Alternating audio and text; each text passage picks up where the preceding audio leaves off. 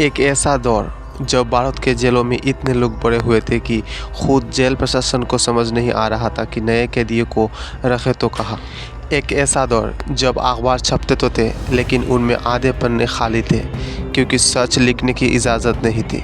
एक ऐसा दौर जब सरकार की गाड़ियाँ गांव-गांव घूमकर लोगों को पकड़ती है और उनकी नसबंदी करवा देती, चाहे वो शादीशुदा हो या ना हो, जवान हो या बुज़ुर्ग। यह कोई हॉरर फिक्शन नहीं है, यह भारत का अपना इतिहास है। हर साल 25 जून को इंडियन गवर्नमेंट इसे याद करती है संविधान हत्या दिवस के नाम से। तो चलिए आज डिटेल में समझते हैं कि आखिर क्या हुआ था उन 21 महीने में और क्यों आज भी यह टॉपिक इतना कंट्रोवर्शियल बना हुआ है।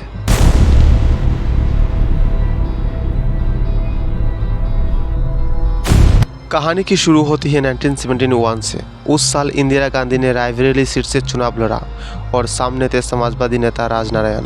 इंदिरा गांधी ने भारी बहुमत से जीती, लेकिन राजनारायण ने हार मानने से इनकार कर दिया।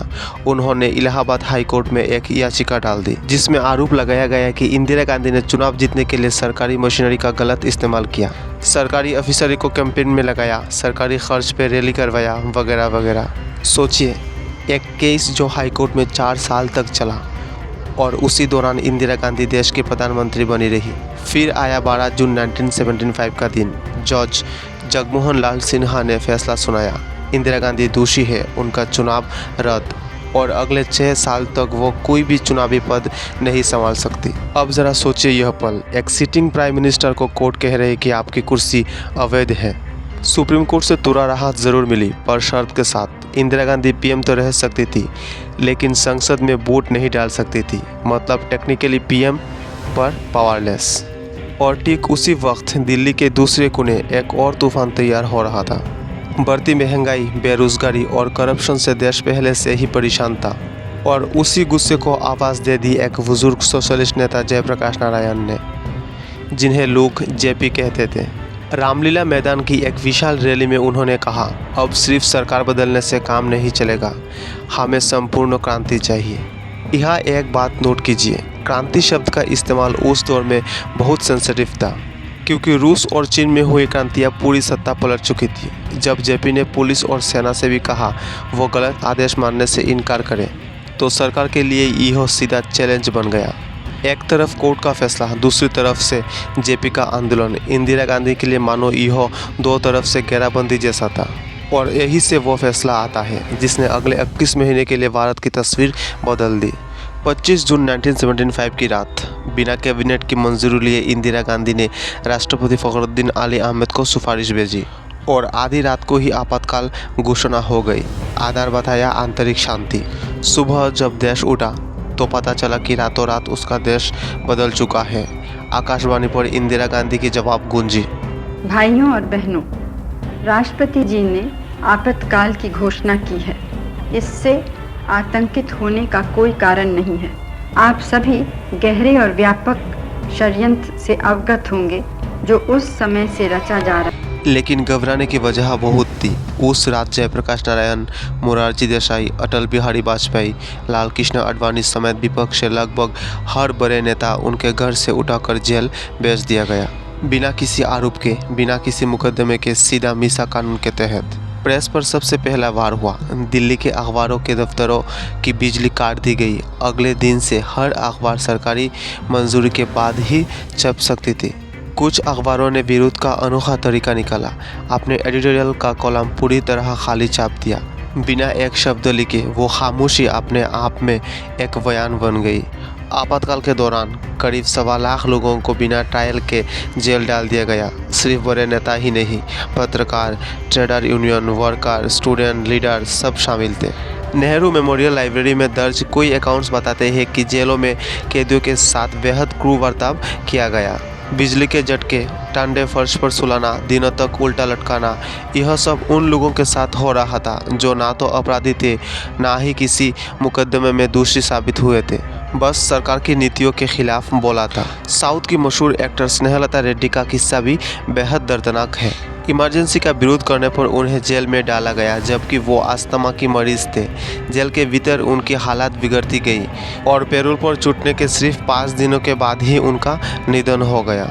और यही और एक और नाम आता है किशोर कुमार। कहा जाता है कि जब उन्होंने कांग्रेस के लिए प्रचार गाने से इनकार कर दिया तो उनके गानों को सरकारी रेडियो पर अनऑफिशियली बैन कर दिया गया।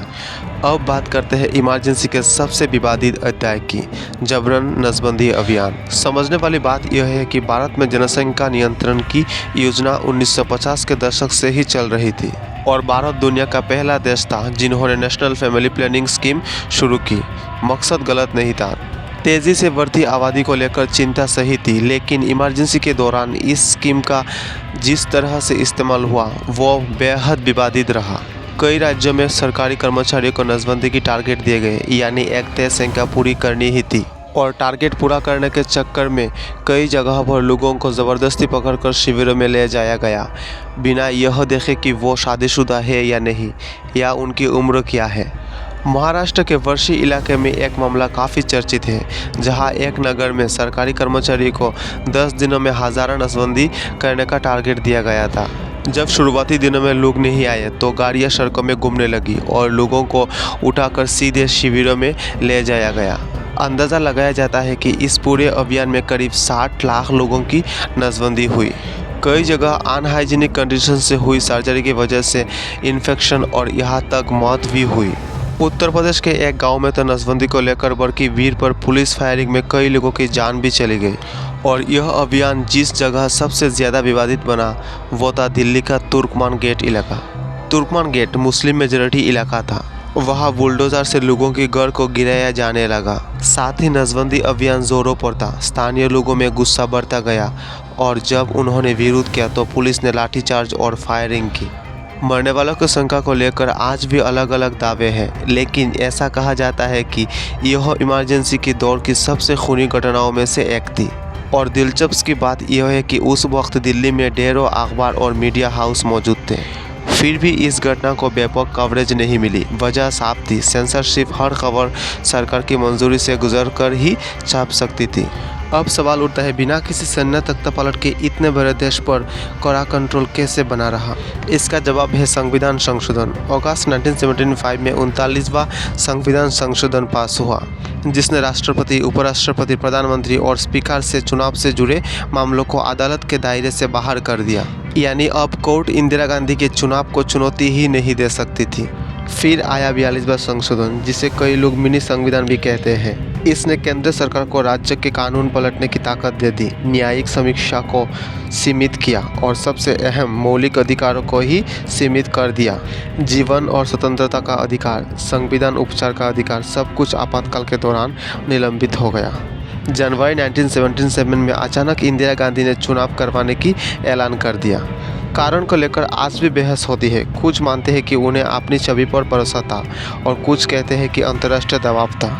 जेल से गिरा हुआ नेताओं ने मिलकर जनता पार्टी बनाई और मार्च 1977 के नतीजे ने इतिहास रच दिया। कांग्रेस बुरी तरह हारी, इंदिरा गांधी खुद अपनी सीट पर हार गई। आज़ाद भारत में पहली बार केंद्र में गैर कांग्रेसी सरकार बनी। नई सरकार ने सबसे पहला काम किया 44वां संशोधन लाकर उन तमाम बदलावों को पलटना जो इमरजेंसी के दौरान किए गए थे। क्या इमरजेंसी लगाना सिर्फ सत्ता बचाने का फैसला था या इसके पीछे कोई और भी वजह थी? इसके बारे में आपको क्या लगता है, कमेंट पर ज़रूर बताइएगा।